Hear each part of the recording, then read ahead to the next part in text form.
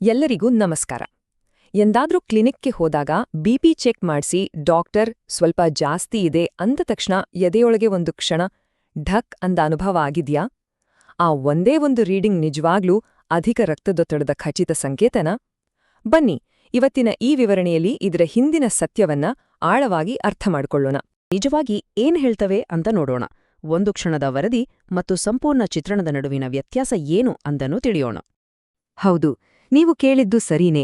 ಅಧಿಕೃತ ಮಾರ್ಗಸೂಚಿಗಳ ಪ್ರಕಾರ ಕೇವಲ ಒಂದೇ ಒಂದು ಹೈ ರೀಡಿಂಗ್ನಿಂದ ಅಧಿಕ ರಕ್ತದೊತ್ತಡ ಇದೆ ಅಂತ ಖಚಿತಪಡಿಸಲು ಸಾಧ್ಯವಿಲ್ಲ. ಇದು ನಮ್ಮ ಆರಂಭಿಕ ಆತಂಕವನ್ನು ದೂರ ಮಾಡುವ ತುಂಬಾನೇ ಮುಖ್ಯವಾದ ವಿಷಯ. ಇಲ್ಲಿ ಒಂದು ಕುತೂಹಲಕಾರಿ ವಿಷಯ ಏನಂದ್ರೆ, ವಿಶ್ವ ಆರೋಗ್ಯ ಸಂಸ್ಥೆ ಅಂದ್ರೆ WHO ಮತ್ತೆ ನಮ್ಮ ಭಾರತೀಯ ಅಧಿಕ ರಕ್ತದೊತ್ತಡದ ಮಾರ್ಗಸೂಚಿಗಳು ಕೂಡ ಇದೇ ಮಾತನ್ನು ಸ್ಪಷ್ಟವಾಗಿ ಹೇಳುತ್ತವೆ. ರೋಗ ನಿರ್ಣಯ ಅನ್ನೋದು ಕೇವಲ ಒಂದು ಕ್ಷಣದ ವರದಿಯ ಮೇಲೆ ಅಲ್ಲ, ಬದಲಿಗೆ ಒಂದು ನಿರಂತರವಾದ ಪ್ಯಾಟರ್ನ್ ಮೇಲೆ ಅವಲಂಬಿತವಾಗಿರುತ್ತೆ. ಸರಿ, ಹಾಗಾದ್ರೆ ಮುಂದಿನ ಸರಿಯಾದ ಹಂತ ಏನು? ನಿಖರವಾದ ಮೌಲ್ಯಮಾಪನಕ್ಕೆ ಬೇಕಾದ ಡೇಟಾವನ್ನು ನಾವೇ ಹೇಗೆ ಸಂಗ್ರಹಿಸಬಹುದು? ಅದಕ್ಕಾಗಿ ಒಂದು ತುಂಬಾನೇ ಸರಳ ಮತ್ತು ಪರಿಣಾಮಕಾರಿ ಯೋಜನೆಯಿದೆ. ಒಂದು ವೇಳೆ ಕ್ಲಿನಿಕ್ಕಿನಲ್ಲಿ ಬಿಪಿ ಹೆಚ್ಚಾಗಿದೆ ಅಂತ ಗೊತ್ತಾದ್ರೆ ತಕ್ಷಣಕ್ಕೆ ಆತಂಕಪಡುವ ಬದಲು ಪರಿಸ್ಥಿತಿಯ ನಿಯಂತ್ರಣವನ್ನು ನಮ್ಮ ಕೈಗೆ ತೆಗೆದುಕೊಳ್ಳಬೇಕು. ನಾವು ಮಾಡಬೇಕಾದ ಮೊದಲ ಕೆಲಸ, ಕನಿಷ್ಠ 7 ದಿನಗಳ ಕಾಲ ಮನೆಯಲ್ಲಿಯೇ ನಮ್ಮ ರಕ್ತದೊತ್ತಡವನ್ನು ಗಮನಿಸುವುದು. ಹಾಗಿದ್ರೆ ಇದನ್ನ ಸರಿಯಾಗಿ ಮಾಡೋದ್ ಹೇಗೆ? ಇಲ್ಲಿದೆ ನೋಡಿ, 4 ಸರಳ ಹಂತಗಳು. ಮೊದಲನೇದು, ಕನಿಷ್ಠ ಸತತವಾಗಿ 7 ದಿನಗಳ ಕಾಲ ನಿಗಾ ಇಡಬೇಕು.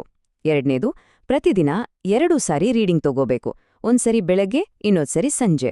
ಮೂರನೇದು, ಪ್ರತಿಯೊಂದು ರೀಡಿಂಗನ್ನು ಸರಿಯಾದ ದಿನಾಂಕ ಮತ್ತೆ ಸಮಯದ ಜೊತೆ ತಪ್ಪದೆ ಬರ್ದಿಟ್ಕೊಳ್ಬೇಕು.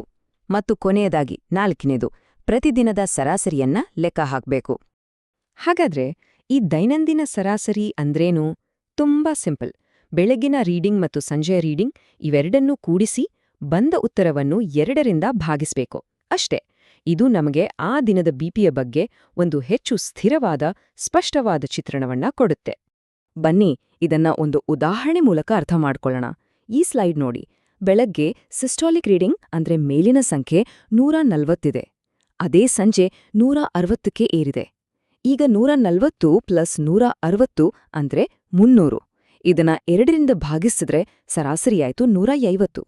ಇದೇ ತರ ನಾವು ಡಯಾಸ್ಟಾಲಿಕ್ ಅಂದ್ರೆ ಕೆಳಗಿನ ಸಂಖ್ಯೆಯ ಸರಾಸರಿಯನ್ನು ಕಂಡುಹಿಡಿಬೇಕು. ಆದ್ರೆ ಇಲ್ಲೊಂದು ಪ್ರಶ್ನೆ ಬರಬಹುದು. ನಮ್ಮ ರಕ್ತದೊತ್ತಡ ದಿನಪೂರ್ತಿ ಯಾಕೆ ಒಂದೇ ತರ ಇರೋಲ್ಲ? ಯಾಕೆ ಹೀಗೆ ಹೆಚ್ಚು ಕಮ್ಮಿ ಆಗ್ತಾನೇ ಇರುತ್ತೆ? ಯಾಕಂದ್ರೆ ಸತ್ಯ ಸಂಗತಿ ಏನಂದ್ರೆ, ರಕ್ತದೊತ್ತಡ ಅನ್ನೋದು ಒಂದು ಸ್ಥಿರವಾದ ಸಂಖ್ಯೆ ಅಲ್ಲವೇ ಅಲ್ಲ. ಅದು ಬೇರೆ ಬೇರೆ ಕಾರಣಗಳಿಗೆ ಏರಿಳಿತ ಆಗೋದು ತುಂಬಾನೇ ಸಹಜ. ಹೌದು ನೋಡಿ, ಮಾನಸಿಕ ಒತ್ತಡ ಇದ್ದಾಗ, ತುಂಬಾ ಸುಸ್ತಾದಾಗ ಅಥವಾ ರಾತ್ರಿ ಸರಿಯಾಗಿ ನಿದ್ದೆ ಆಗಿಲ್ಲ ಅಂದ್ರೆ ರಕ್ತದೊತ್ತಡ ತಾತ್ಕಾಲಿಕವಾಗಿ ಹೆಚ್ಚಾಗಬಹುದು. ಇದೇ ಕಾರಣಕ್ಕೆ ಒಂದಕ್ಕಿಂತ ಹೆಚ್ಚು ರೀಡಿಂಗ್ ತಗೊಳ್ಳೋದು ತುಂಬಾನೇ ಮುಖ್ಯ ಆಗುತ್ತೆ. ಸರಿ, ಈ ಎಲ್ಲಾ ಡೇಟಾವನ್ನ ನಾವು ಸಂಗ್ರಹಿಸಿದ ಮೇಲೆ ಮುಂದಿನ ಹೆಜ್ಜೆ ಏನು? ಈ ಮಾಹಿತಿ ಒಂದು ನಿಖರವಾದ ವೈದ್ಯಕೀಯ ನಿರ್ಧಾರಕ್ಕೆ ಹೇಗೆ ಸಹಾಯ ಮಾಡುತ್ತೆ ಅಂತ ನೋಡೋಣ.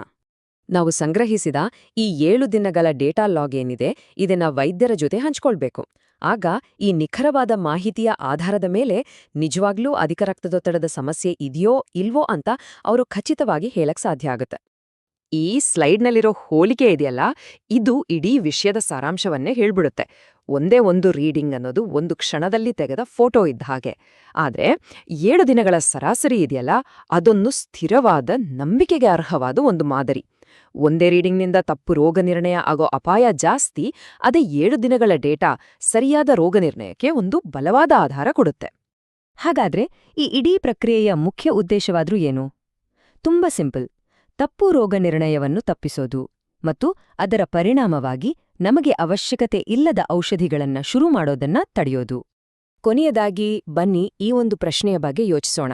ನಮ್ಮ ಆರೋಗ್ಯದಂಥ ಇಷ್ಟು ಮುಖ್ಯವಾದ ವಿಷಯದ ಸಂಪೂರ್ಣ ಚಿತ್ರಣವನ್ನ ಒಂದೇ ಒಂದು ಕ್ಷಣದಲ್ಲಿ ಸೆರೆಹಿಡಿಯೋಕ್ ಸಾಧ್ಯನಾ? ಒಂದು ಕ್ಷಣದ ವರದಿಯನ್ನ ನಂಬಬೇಕಾ ಅಥವಾ ಪೂರ್ತಿ ಚಿತ್ರಣವನ್ನ ಗಮನಿಸಬೇಕಾ? ಉತ್ತರ ತುಂಬಾನೇ ಸ್ಪಷ್ಟ.